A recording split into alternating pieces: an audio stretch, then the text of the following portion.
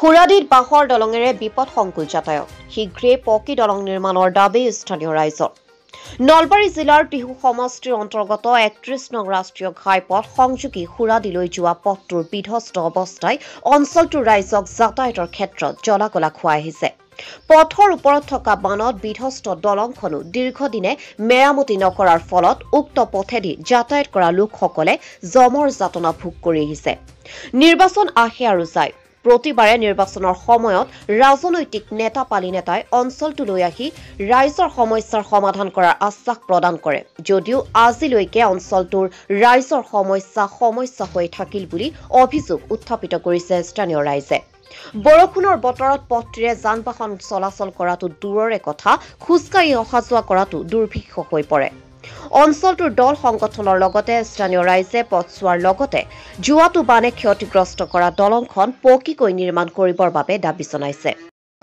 সমস্যাত জৰ্জৰিত হৈ আছোঁ। আজি 15 বছৰ ধৰি যেতিয়াৰ পৰা মানে বিটিয়াদি হৈছে তেতিয়াৰ পৰা আমাৰ আজি 7খন গাঁও বঞ্চিত হৈ আছে। আৰু বিশেষকৈ হাগ্ৰামা মহিলাই থাকোঁতে অলপ চলপ কিবা এটা দিছিল। যেতিয়াৰ পৰা UPPLৰ আমাৰ বিধায়ক কি নাম আছিল ভূপেন বড়ো ডাঙৰীয়া যেতিয়াৰ পৰা বিধায়ক হ'ল একো হোৱা নাই। অকল ইলেকশ্যনৰ সময়ত বিটিএডিৰ বিধায়কসকলে আহি আমাৰ অঞ্চলৰ কেইজনমান ব্যক্তিক লগ কৰে, মদে মাংসই খুৱাই বা সীমান্ত কৰি পেলাই ভোটকেইটা লৈ গুচি যায়। কোনো খবৰ পাতি নলয়, কোনো উন্নয়ন নাই। আজি 15 বছৰে এই অৱস্থা চাওক আপোনালোকে। এই দলং দি আমি ইয়াতে 109টা পৰিয়াল আছোঁ। ৰাতি যদি এখন এম্বুলেঞ্চ নুসুমে, মানে ল'ৰা ছোৱালী স্কুলত যাব নোৱাৰে, এনেকুৱা সমস্যাত আমি ভুগি আছোঁ।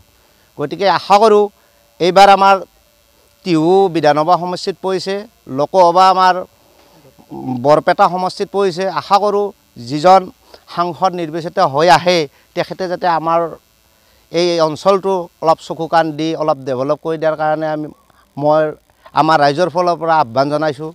আৰু এইখিনি খুৰাদি খুৰাদি কোকৰাঝাৰ লোকসভা সমষ্টি আমাৰ আগতে আছিল, এইবাৰ বৰপেটা সমষ্টি হ'ল, লোকসভা সমষ্টি হ'ল।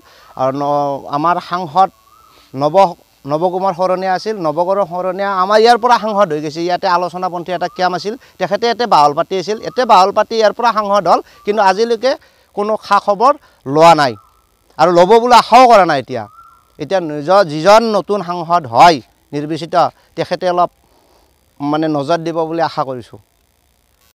থবা আহিব লাগে দলংখনৰ পৰাই এনেকুৱা অসুবিধা হৈ গৈছে। পাকা হোৱা নাইকিয়া, পাকা হোৱা নাইকিয়া, চব মাটিয়ে চলি পলি অসুবিধাৰ। বাৰিষা আহিল না স্কুলত যাব নোৱাৰে। সুৰা দিব লাগে। এতিয়া কি আমাৰ ৰাস্তাটো ভাল লাগে, দলংখন কৰি দিব লাগে, ৰাস্তাটো ভাল কৰি দিব লাগে, গৰীবক চাব লাগে, সেইখিনিয়ে।